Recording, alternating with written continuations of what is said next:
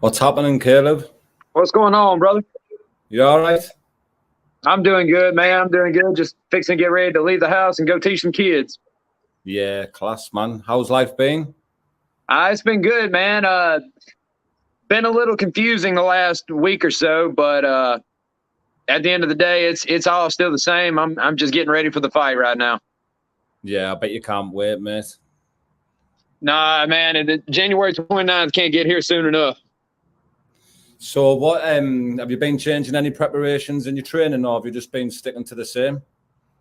Done a little bit of changing. One of my coaches and best friends, Dustin, has me doing a lot more technical drilling that we're kind of we over the first couple of weeks of camp we started off slow, and now the technical drill starting to come into play with cardio. So been trying to do a little bit more running. It's 38 degrees here most days. Today's Mississippi weather is weird, man. It 1 minute it's 80 degrees outside, the next minute it's 40. So been doing a lot more performance style training here lately. Oh, it's freezing cold here, mate. I wish it was them temperatures over here. Freezing. When you said 38 there, did you mean Fahrenheit? Say that again? When you said it was 38, did you mean degrees centigrade or Fahrenheit? Yeah, Fahrenheit. Yeah, sorry. I don't know what that would be. Celsius. Yeah, so I bet it's a lot warmer than what it is here, though. Probably so, but man, I'm a fall guy. If it's below about 60, I got a jacket on. I'm not too big on the cold. A question I wanted to ask you, Caleb, was what made you go into the bare knuckle? Well, if you ask anybody else, it's that I'm insane. Honestly, though, ever since I was a kid, I grew up with a plush life. I was a spoiled brat as a kid, got my way, I didn't really have to work for anything. And as I got older and I decided I wanted to become a fighter, I've been in martial arts for 21 years. And I always wanted to prove to myself that I was tough. And so me and my buddy Dustin, we go to the second bare knuckle fight to be done by Bkfc. And they're talking about it in between the fights, how you can sign up. And so I'm online and I'm like, I got to do this. Like, this is freaking insane. Nobody else from my gym has done this. Nobody else around my area has done it. I've got to get on it. And I kept on and kept on. I finally got in touch with a guy named Ricky Duran who used to put on MMA fights. And he said he could get me in to bare knuckle. And, we talked person, everything. And I signed up and I lost by split decision. Because that was the first time I'd ever in my life fought with bare fist. I'd never been in a street fight, never been at a bar and got into a fight, nothing like that. So it was different, but it had my adrenaline running. It was kind of like I compare it to kind of like dating when you first start dating a girl. And you get all your heart's just pounding out of your chest. That's kind of what I compared it to. It was like it was a new love, and I came out of the ring, blood, my eyes split, and I told my coach, like, I want to do it again. Like right then and there, I was like, I would have stepped right back in the cage and went 5 more rounds. Like, I want to do it again, and that was 2.5 years ago. I told everybody at the fights that night, I was like, you watch, I'm gonna come back and I'm gonna own this sport. And the very next fight was when my knockout went viral. And I gained like 10 million views, several thousand followers on Instagram. And from that point on, we kept working. A few of your fights are in the millions, aren't they? I've seen with the Bkfc, a few of your fights are in like the millions. Yeah, I'm pretty sure me and Jim Allers is probably my highest viewed fight, just because we fought like dogs in that fight. There was no care for health. There was just, we were there to fight. That was probably one of my favorite fights that I've lost.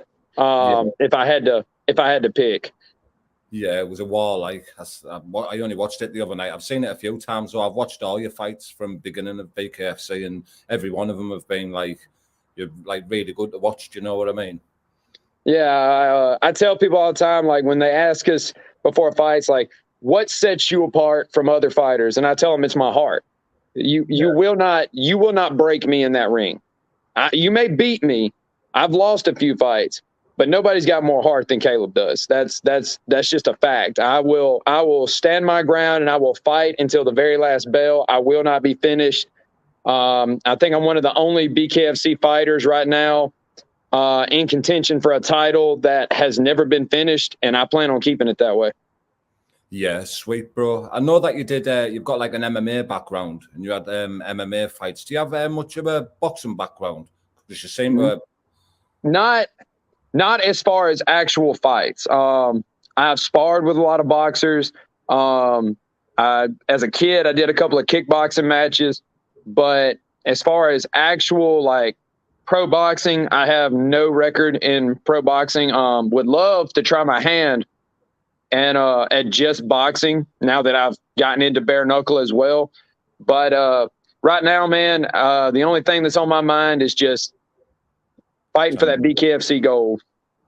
Yeah. So when's the who was it you're fighting in January?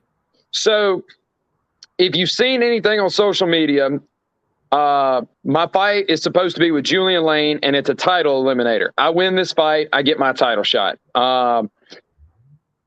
So is that it's kind of messed up. They're wanting to do a tournament. Me and Elvin have already proved. Me and Elvin Brito, we fought once back in Oxford. Went to a split decision loss on my way, but it was a very close fight. Lot of discrepancies on who actually won that fight, but it went to the judges, and that's what the judges ruled. But he's ranked number 1. I'm ranked number 2. And we don't see the point in having a tournament. We've already fought. Let's fight again. Let's get the title, and let's just get things rolling.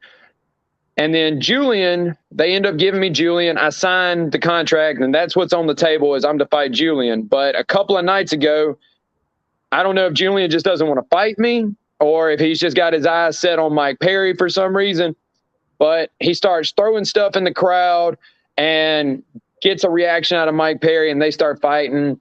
And BKFC doesn't need that kind of publicity right now. They need guys, honestly, they need guys like me and Elvin. They need guys that are just here to put on a show and have fun. I'm down to fight whoever.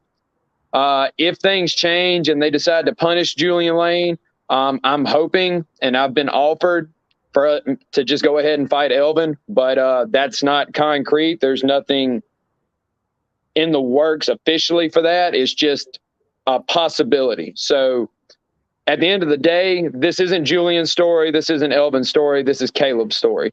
So I don't care who they give me next, as long as I get my title shot after I beat them. And if they do give me Elvin, my only condition is that if me and Elvin fight again, it's for the title as of right now. Yeah, sweet. Because I know you have to tread carefully, don't you, with a bare knuckle, because they're fighting all corners to get it like legalized everywhere around there. So things like that, what happened the other day, won't go down well, will it? Right. But like I said, it's been a confusing week. But my manager at Smith Brothers Combat, Kevin Smith, he has been on top of things phenomenally. My sponsors have been taking care of me. My coaches have made sure that I'm getting my work in. Rain, sleet, or snow. We're still battling COVID and stuff around here. So some of my training partners have been in and out because they've either came in contact with the stuff or, just it's a weird time right now for training for a fight, but we're making it work no matter what. Yeah, and on top of that, you've got an opponent that you can't fix your training on because you don't know who you're fighting in. So it's a difficult one, isn't it? That bothers my coaches more than it bothers me because to quote one of my other coaches, I'm like a robot with a controller. I do whatever they say in the ring. Like if they call it, I don't question it. I do it. So it's more of a stress for my coaches, which I hate. And I want to find out who I'm fighting as soon as possible because my coaches are the ones that game plan. Me, I train, I do what I'm told, and I'm a soldier. I make the joke that one of my coaches, he's the general. He's the one that tells me what to do, and I'm the one that goes and gets it done. So, as soon as I'm hoping to find out within a week if everything is official, but it has been shown before that 2 weeks out, I get an opponent change at the last minute. So, I mean, at the end of the day, I'm staying ready, and I'm staying ready to fight for however long the fight needs to go. If it needs to go 5 rounds, cool. We'll go 5 rounds. If it needs to go 10, we'll go 10. Yeah, 100%, bro. And if you're successful, which I'm sure you will be in winning the title, what's your plans in combat sports for the future? I plan to be a big headache for David Feldman of Bkfc. He's going to have to call every other bare knuckle promotion to find somebody willing to fight me and take that belt from me. I plan on retiring as the 165 champion 10 years from now. They will not take that belt from me once it's around my waist. Yeah, sweet. I know we've got a good fighter from the UK coming over at the Bkfc. Connor Tierney. He's done called me out respectfully. He's called me out a couple times, and I can't wait to see him get over here and have some fun, man. It's no disrespect for him that I'm not focusing on him right now. It's just a matter of I worked my way up the rankings, and I deserve my title shot. So, I know that he's put in the work over in his promotion, and when he comes over, once I get that belt, if the BKFC decides to line him up with me, then we'll put on a show. Yeah, it'll be a cracker. I know it'll be amazing, Connor in the Bkfc. Like, can't wait to get him over there. But another thing I was going to ask you is anything you want to say to the followers that I've got who'll be watching this? Yes. First and foremost, I want to thank all my sponsors. Just Mary Jane, House of Glass, Downrange Lifestyle, which is from the UK. They're a veteran-owned company. They put out great material, but more importantly, they live the life. They truly are constantly pushing their limits. Combat Ape, Mike with Mike's pressure washing. I appreciate all the help. And then my most important thing that I always tell everybody, guys, I am a nerd who suffers from anxiety and depression. And I go out there and I fight my ass off whenever I'm able to. If anybody is going through depression right now or anxiety, or you're thinking about taking that forever sleep, please don't. Right now, you're in a dark tunnel. And if you just sit down and give up, you will stay in that dark tunnel. But if you get up and you keep pushing, you keep moving forward, you will find the light that will help bring you out of that tunnel. And I don't do this for me anymore. I do this for the future generations growing up to be able to say, you know what, if this badass bare knuckle fighter can admit that he gets scared and he has anxiety and he has depression, then it's okay for me to speak out and say that I have it and still chase my dreams. So if there's anybody out there that might be struggling with suicide or anything like that, just know that I struggle with the same thoughts and the same feelings. And I still get up every day. And if I have a bad day, I tell people.